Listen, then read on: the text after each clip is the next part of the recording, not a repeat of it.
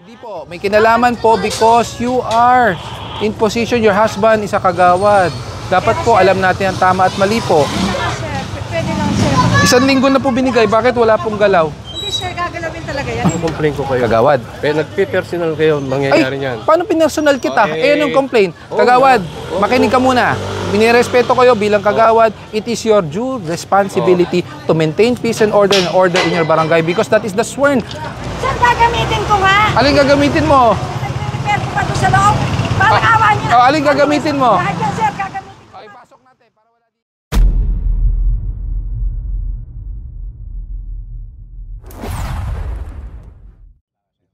Dami na naman nag-aantay dito. Kapapasada lang dito kahapon. Yan, wala nang nakalabas. 3, 4 ang nahuli rito. Kung nasubaybayan niyo yung ating video kahapon, bawal na dito sa EDSA, lalo pagka nahaharangan itong bike lane. Diyan sa loob, bawal din po dyan mag-waiting pagka nakasakay ka sa motorsiklo.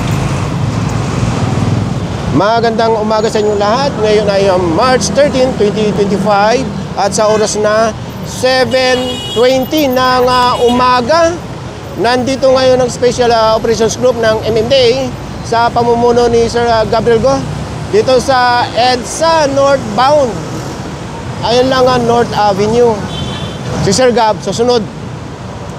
Itong likod dito, part ng Trinoma, saka yun dito, landmark.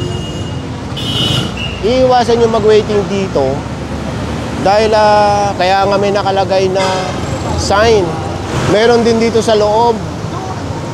Ayan o, sa harap niyan, papakita ko sa inyo.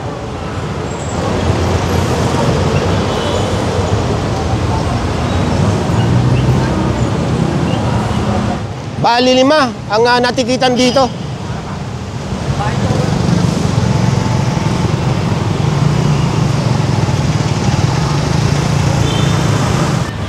Ang oras ngayon ay 7:35 ng umaga at nandito tayo sa kanto ng EDSA saka West Avenue. Bungad pa lang itong nadaanan. I-verify lang ito pagka may lisensya, sir. May lisensya naman ito. Ayun. Titikitan at paalisin dahil ito ay motorsiklo.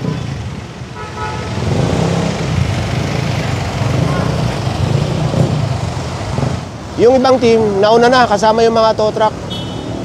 Obserbahan nyo, pagka halimbawang naglalakad dito mga gumagamit ng pedestrian, pag may nakaharang dyan, di ba iilaga na?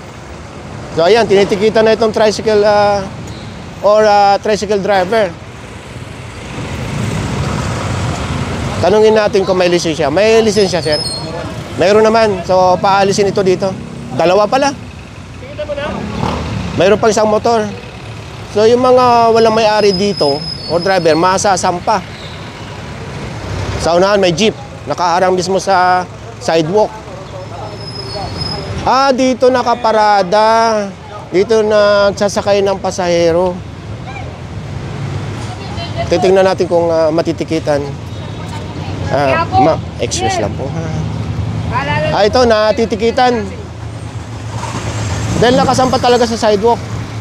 Wala na makakadaan dito. Sila nga sir, sila ba sir? Malamang ito, natikitan na rin.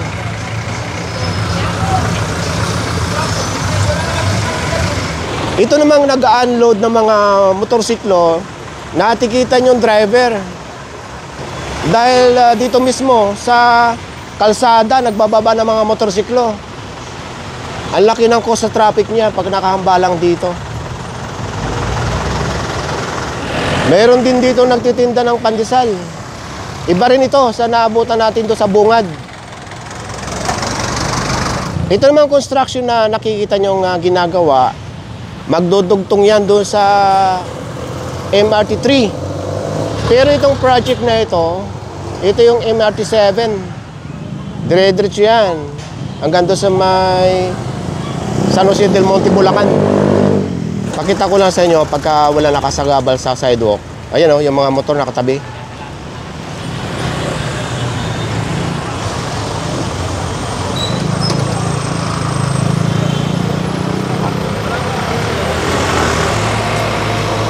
Doon tayo galing. Tumawid lang tayo. At mayroon pa rin tinitikitan dito. At posibleng mahatak dahil andito na yung tow truck.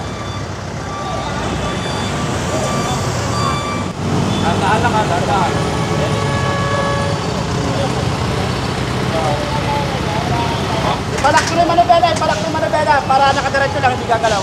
Okay, tara. After natin sa West Avenue, kumana ng Baler. Ang labas ito sa FPJ Avenue na dating Roosevelt. Nadaanan ito sa Baler. Ito okay na itong isa. Yun lang ang matitikitan, yung naka-osli yung unahan. Andito naman yung may-ari. So, ticket lang ito, hindi na mahatak. Nandito na tayo ngayon sa may kanto ng Baler sa kanitong Fernando Po Jr. Avenue na sinabi ko kaninang dating Roosevelt Avenue. Kumanan tayo dito sa may Fernando Po Avenue. Pagkanan natin galing Baler dito nga sa may FJ, itong unang nadaanan, itong truck na mayroong kargang tangke ng tubig. Yung driver nito, manggagaling pa ng Bulacan. Tapos sila yung mga gumagawa dyan sa sidewalk na yan. Pati yung mga materials nakatambak din sa sidewalk. Ayon sa gwardiya dito, sinabihan na niya, ayan yung naka-blue, na bawal mag-park dito. So ibibigay na lang yung notice nitong towing truck dyan sa gwardiya.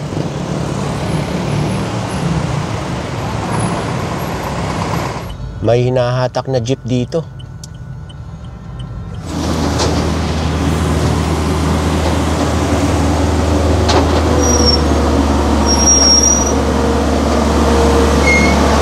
Saan nakuha, sir? Saan nakuha? Dito? Dito sa bike lane. Nakaparada. May napansin ako sa ilalim. Baba yung transmission. Ibig sabihin, stalled vehicle. Okay. May nahatak din sa unahan. Ito naman, nahatak dito sa lugar na ito. Mismo nakasampa sa bangketa.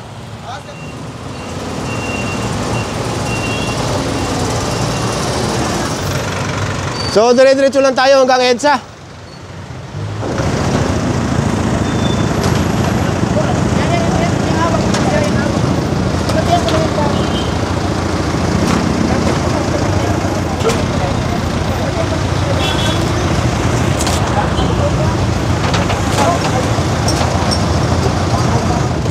Sa oras na 9:05 ng umaga, hindi na tayo dumiretso ng EDSA or nag-cross. Bumalik ang team dito sa may Fernando Po Jr. Avenue at nadaanan ito. Hinawan lang ito para makita naman yung sidewalk.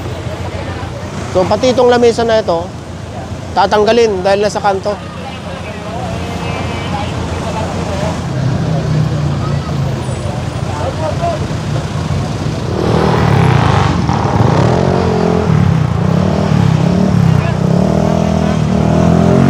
So sila lang maglilinis niyan or maglilinis para lumabas lang itong sidewalk.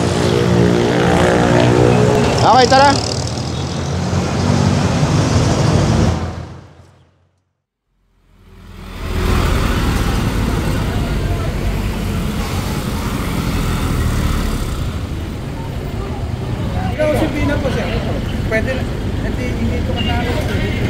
After natin sa Quezon City, dumiretso tayo dito sa may Caloocan at nandito tayo ngayon sa may 4th Avenue.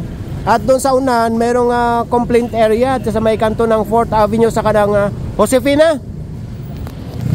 Sasampa na ito. Andito na si Sir Gab. Ako mamaya kukuyugin niya doon kay nanay, doon sa may William Show, doon sa may tindahan. Abangan nyo ha.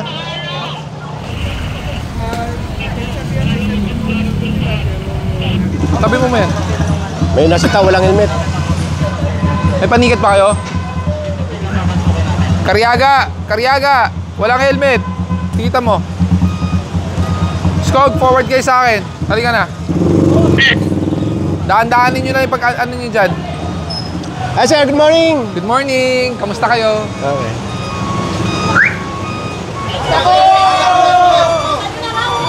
Ako lang lalapit. Dito tayo. Bibigyan mo kami! Mami kami! Ilagay nyo na, ilipat nyo na dito. Pakit ang... Kanto. Wow! Alin ba ito? Ay, gigibahin ko. Dali akong kausap. Ito yata ang kino-complain. Ito ba yung kino-complain na Sir Gab? Tao po!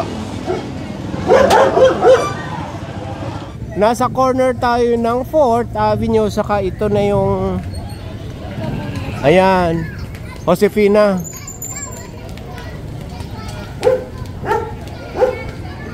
Naalala ko naman yung kay nanay. Sakop ng tindahan yung pinaikutan yung kanto. So abangan nyo mamaya ha. Bibisitahin natin si nanay.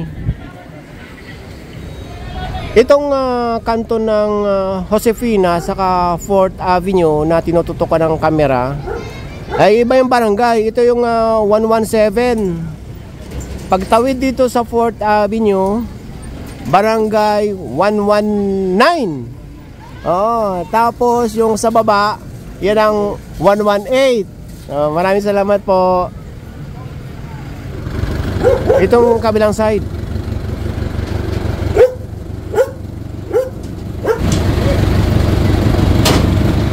So babawasan lang ito. Ito palang binawasan ng halaman or binabawasan ng halaman, saka ito, yung halaman na ito, at itong structure dito ay napag-alaman natin. Ito pala ay pag-aari ng isang kagawad dito. After bawasan ng halaman yung along 4th Avenue, dito naman sa may Josefina. Oh, tanggalin na natin lahat yan. Tapos, umpisahan na natin yung gate. May aso? May aso. Ang laki. Umpisahan natin sa taas. Laki ng aso. Hindi nakatali. Pakihanap po yung may-ari ng bahay na to. Tatanggalin ko tong gate na to.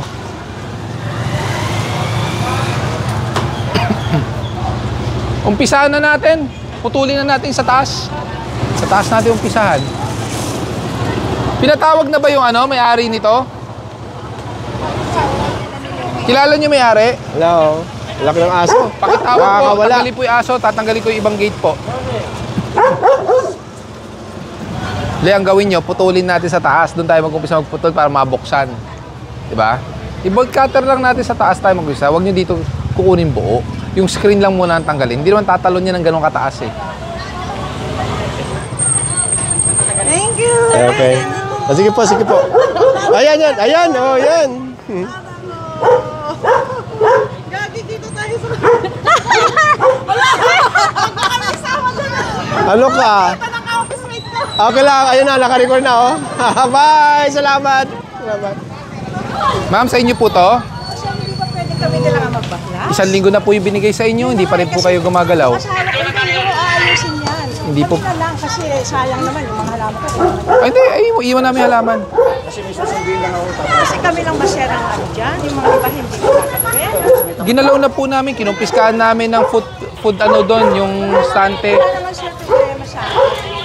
No. Kaya lang, siyempre hindi naman basta-basta. Siyempre, di ba, wag Hindi naman po. bakla sila. Hindi po.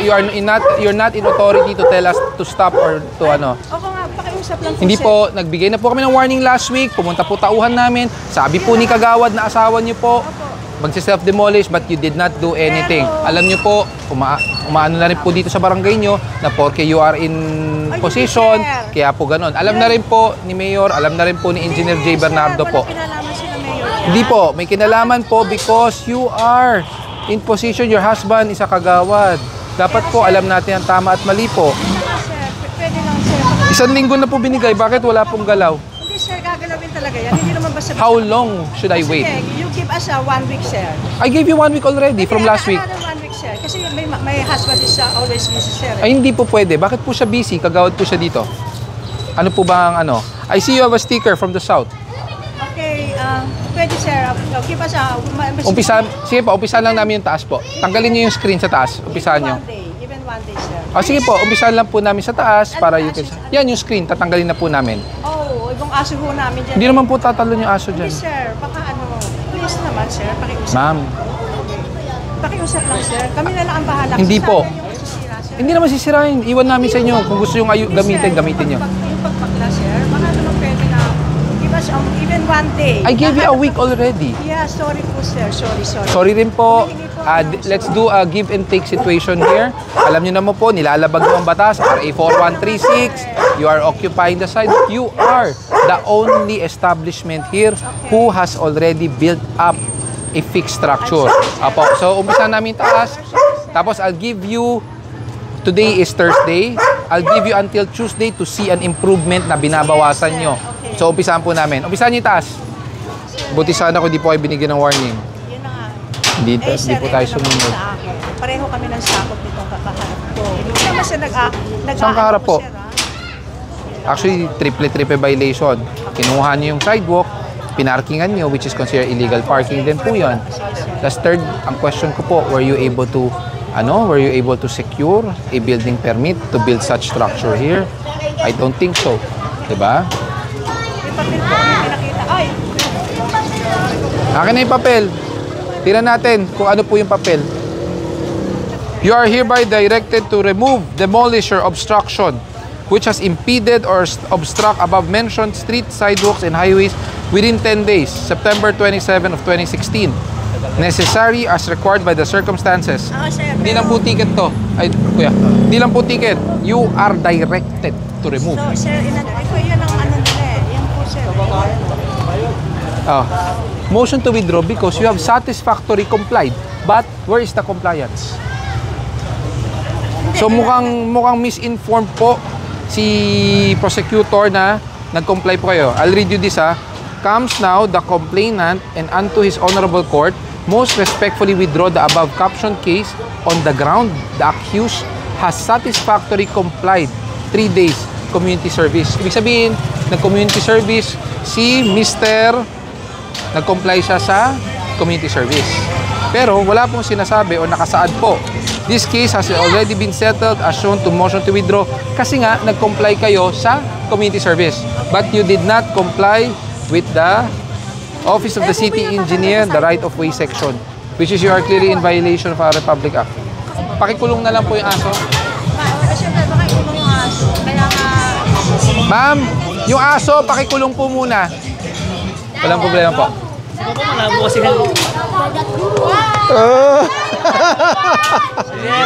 Hello! Nakatatak na sa kabataan ang ginagawa nating clearing operation. Ako ko, Anay, para malayo. Oh, yeah.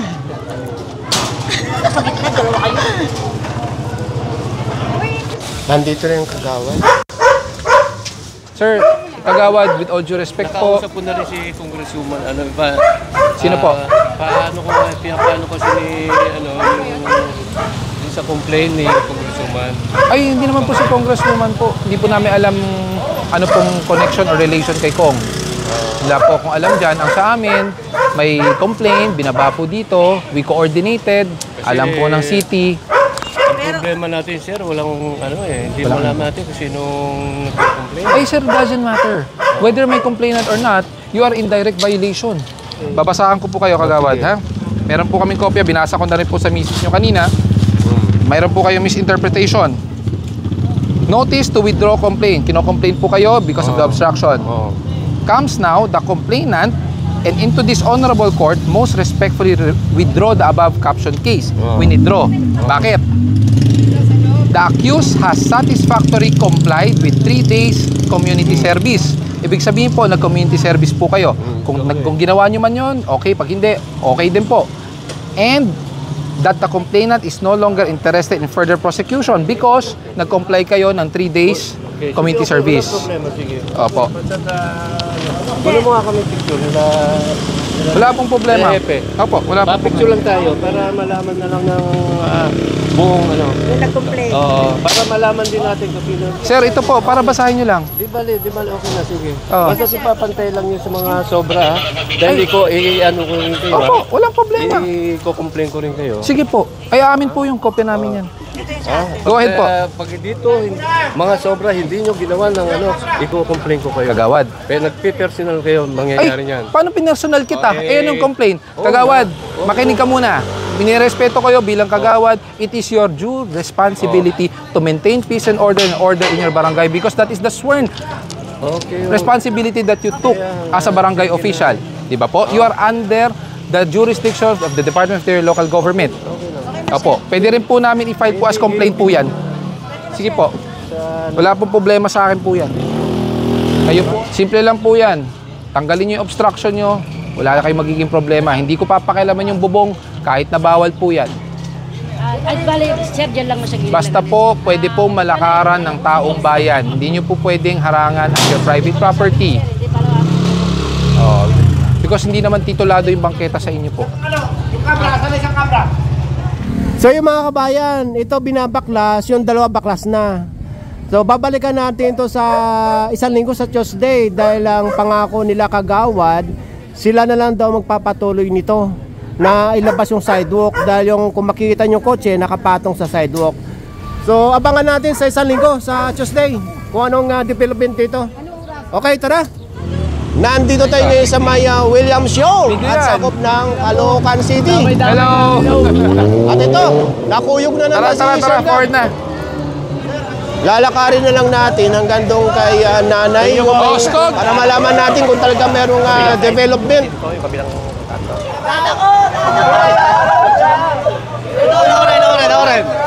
Hello! Thank you. Ayan, yan. Halika na, dada ko! Kaya naman pala! Ito na Oh, yan. okay na, apin tayo. Ay, hindi pa. Oo. Tanggalin mo yan, ha? Ay, ito na nga. Pakilinis. Naghahanap pa ako ng Ay, ito na. sir. Akin na, papakuha ko ng iba, yung ibang kalat. Yung mga kahoy. Skog, halika. Kunin natin yung mga ibang kahoy dito. Na ano. Lagi na naman yan. Talikod na. Oh, di ba? Kaya mo na pala. Sobrang ganda ko. Talaga. Yung iba ginagamit ko. Ay, yung iba bawasan natin. Para... Pinahakot ko na po sa mga kwan. Hindi, yun yung mga kalat. Yung mga kahoy, para mabawasan na. Ito. Sir, gagamitin ko nga. Ako na lang bahala. Bawasan na natin. Huwag ko na sir pahakot. Makikita na naman Ali, ako sa media. hindi na yan. Kaya nga, Sir, gagamitin ko nga. alin gagamitin mo? Nag-prepare ko pa doon sa loob. Parang awa niyo. Oh, alin gagamitin mo? Lahat yan, sir. Gagamitin ko O, nga. ipasok natin para wala dito. O, pasok mo yung mga gagamitin. O, yung mga iba. O, ito mga to, ha. Wala na yan, ha. Sige na nga. Bawasan na. O, kunin nyo na. Ito mga to. Okay. Sir, sa assistance. O, sige. Kunin nyo na yung mga yero na yan. Wala akong babalikan. Parang ako na pag ilang Basta hindi ka mag-extend, hindi kita babalikan. Wala na sir. Promise. Thank you, sir. Thank you. Skog. Yung selecta na nakausli, tanggalin nyo. Yung selecta na nakausli na yan, tanggalin nyo, ha? Sir, salamat sa assistance. Sir. Opo, tanggalin namin iba. Promise. Oh. Huwag ka na magtatayo, ha? Yes, sir. Baka next year, meron na ulit yan. Promise. Kaya naman pala. Ganyan. Kahit pabigyan niyo mamaya wala na. Naghahanap lang ako ng kwan. Ganda-ganda na nung tindahan mo nung 2014 eh. Kulay pula pa yan eh. Yes, sir. Oh, di ba? Alam ko. Basta thank you na lang sir. Hindi na lang ako papasaway. Oo, yan dapat. Paligpit mo na yung iba, paligpit mo. Pasok nyo doon para malinis. Ligpit nyo, ligpit. Ligpit.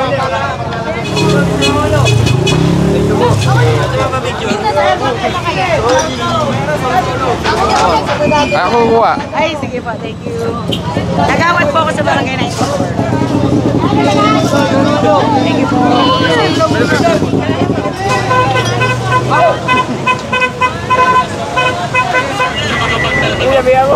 Thank you. Ingat kayo ha. Ala. Thank you po, Sir Gam. Oh. Linis ha, linis. O yan. Walang peace naman talaga tayo. Ikaw talaga. Picture mo ako para. idol, Oh. Idol ko to. O yan ha. Oh. O Nay, ano ngayon ang masasabi ninyo sa pangatlong pagkakataon? Pangalawa pa lang, sir. Pangatlo na pagpunta dito. Ayos na. Salamat kay Sir Gab at luminis ang tindahan ko. Ano diba? Liwanag. Ano pong masasabi nyo sa mga katulad yung mga tindahan? Di pasaway. Pero hindi na uulit. Promise kay Sir Gab. Tama yan. Okay? Idol, napatiniw mo sa idol. Umalis ka dyan. At feelings, kundi sumunod sa batas. Respect the law. Maraming salamat po na. Maraming salamat. God bless. God bless. Praise God. O, sunod tayo. Bye! Saan tayo? Kahit anong tigas ng ulo, lahat yan nababago. Kailangan lang natin mag-usap, magtulungan kung gusto natin maging maayos ang ating mga surroundings. So, hindi ako naniniwala na pasaway at matigas ang ulo ng mga Pilipino or tayo mga Pilipino. Dahil lahat po yan, masusunod natin, tulong-tulong tayo. Okay? Maraming salamat, sir. Pag ganun uniform, ano yan? HRM? Tourism. Okay, thank you. Ingat kayo. Ulit. Next. Alright. Okay, thank you. Ingat ha.